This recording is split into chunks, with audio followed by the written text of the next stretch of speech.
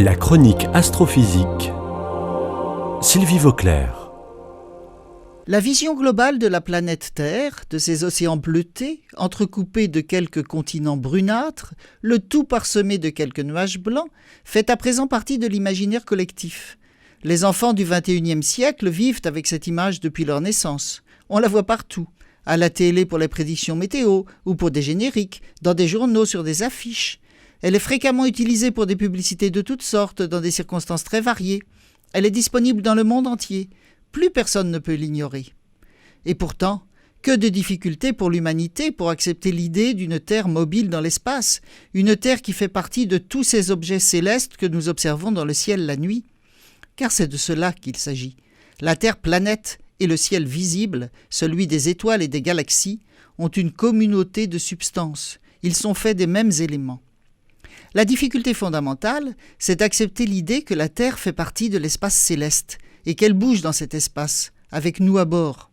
C'est contraire à l'intuition a priori de penser que nous sommes lancés dans l'espace à des dizaines de kilomètres par seconde. Lorsque nous sommes dans notre jardin à cultiver nos plantes, tout paraît fixe et solide sous nos pieds. Et ça l'est, fixe et solide, dans notre repère à nous. Nous sommes complètement liés à la Terre par l'effet de la gravité, et tout ce qui se trouve autour de nous se déplace dans l'espace avec la même vitesse que nous. Dans ces conditions, on ne s'en rend absolument pas compte. En fait, tout dépend du repère. Quand nous regardons évoluer le Soleil le jour et les étoiles la nuit, il est évident que tout ça tourne autour de nous. Mais nous pouvons imaginer quelqu'un situé sur une autre planète, et pour lui, l'impression sera différente.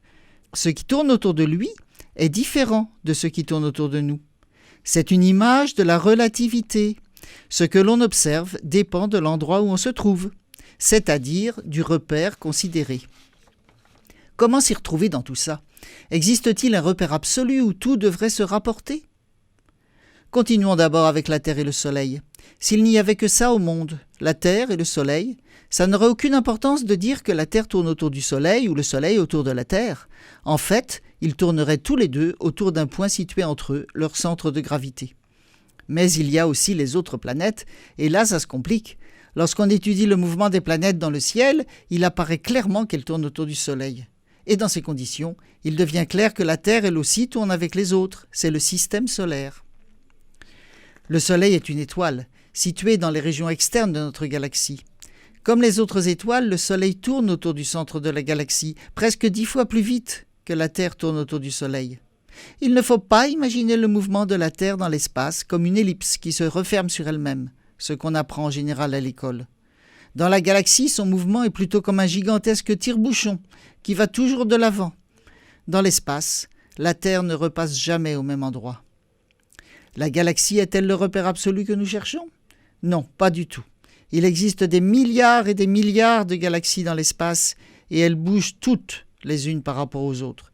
Tout bouge, tout tourne. Cependant, le repère absolu semble bien exister. Il est relié à l'univers dans son ensemble, que l'on peut observer précisément grâce à la première lumière du Big Bang. Nous en reparlerons.